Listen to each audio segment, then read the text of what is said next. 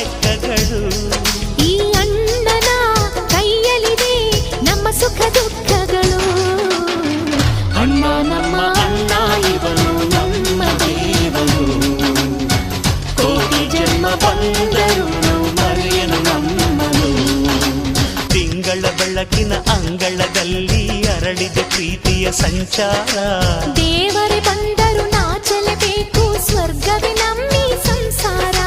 ನಮ್ಮೊಳಗೆ ನಮ್ಮೆದೆಯೊಳಗೆ ನಮ್ಮೆದೆಯೊಳಗೆ ಆ ಸಾವಿರ ಕನಸು